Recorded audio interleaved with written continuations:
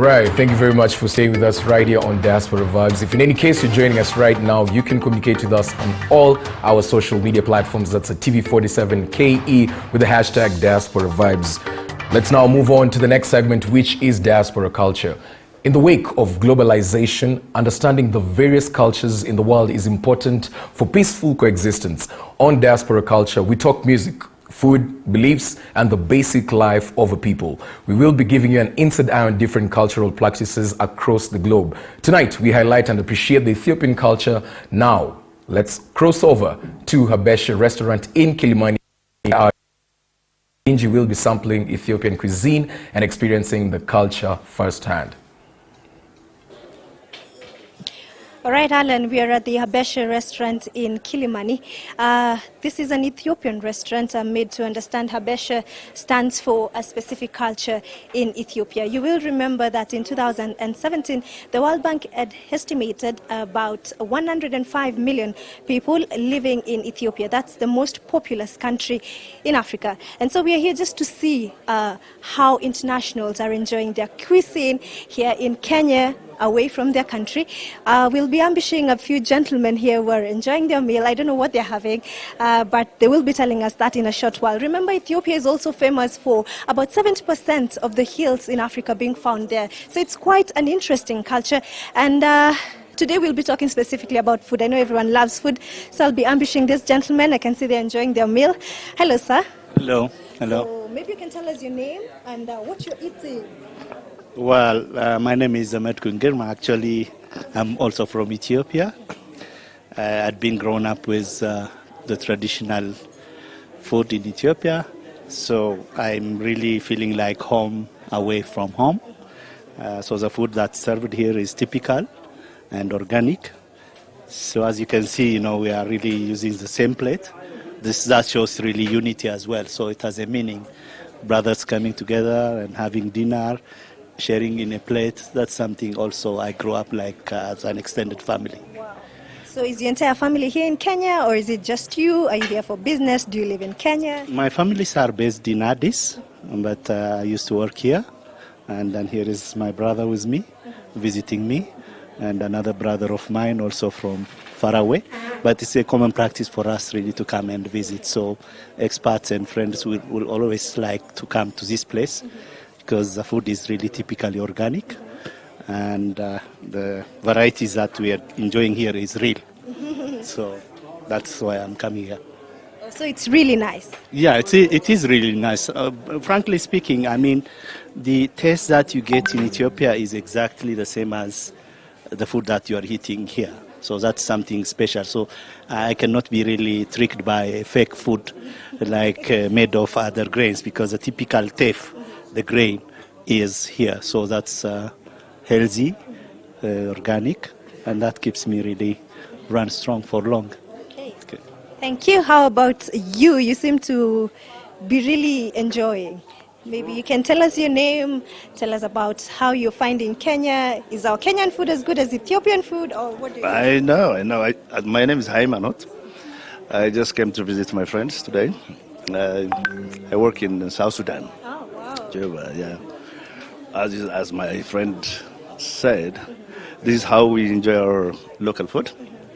And very interestingly, that it's the same injera that we eat in Habesha land in Ethiopia, you find it here. And the similarity you can see, we call this one is tufts. I know you say it nyoma choma. It's something similar, yeah? Nyoma choma, yeah. So we share some similarities on that. And another interesting thing that I have seen today is you can see the people around who are in this restaurant, only few Ethiopians. Yeah. So that means that our Kenyan brothers and sisters are also enjoying it, and elsewhere as well.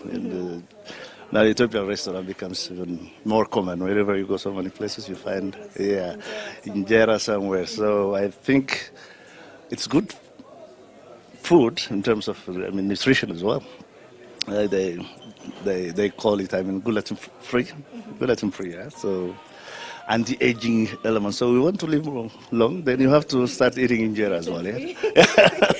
All right. right, thank you. Now that he mentioned injera, I just remembered that it is the smallest grain in the world, if I'm not wrong. And that's quite an interesting fact. I don't know if you have tried it, but also I remember coffee was first discovered in Ethiopia. I know Kenyans, we pride ourselves in our brewed coffee. I don't know how good it is compared to Ethiopian coffee, so we'll be finding that out just now.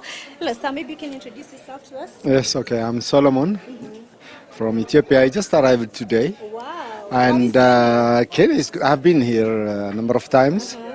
And the only offer for dinner was, where should we go? And I said, okay, why not we try the place where we did it last time and we were here. So this shows that we Ethiopians are very much attached to our traditional food, the way it is cooked, the way injera or the one the seed made is made. So we are attached to it. Although we could still eat European and other traditional foods, but we are very much attached whenever it is possible to get it one. I heard you mention coffee. Yes, the two countries are good in coffee. They are very competitive countries, as they used to be for athletics. I think they are also coffee and the traditional food. I think Ethiopian coffee is also good. I'm also testing Kenyan coffee is also very good. Kenko, or what do you call it? Kenko? Kenko? Yes. So, yes, coffee. Yes, a variety. So, the food is good. Mostly it's meat, and we used to eat together from the same dish. As said, indicating that we prefer to kind of social eating or family kind of eating. So that's good. So back at home, do you eat this as a family, including the women in the house, or is it just a man's practice? No. Maybe most of the preparation is done by women, but whenever food is being eaten, every family member eats from the same dish. Of course, there are some changes these days. People do not have time to be together, so one will eat his own share and goes and come. But whenever there are occasions or social gatherings, it's preferred that way.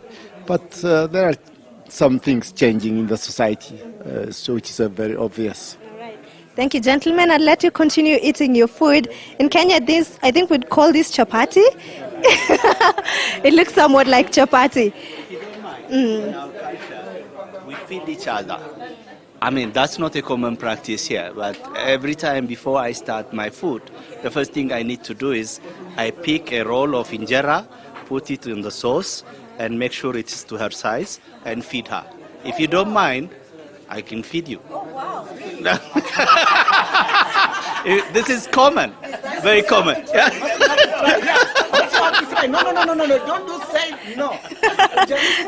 I cannot say no. Okay. Because this is my culture to give like half. Oh, wow. Okay, this will be the first time I'm eating injera. Okay. It's the first time they know how to cook. So you promise I won't regret it? Okay, fine. All right. Okay. I cannot say no.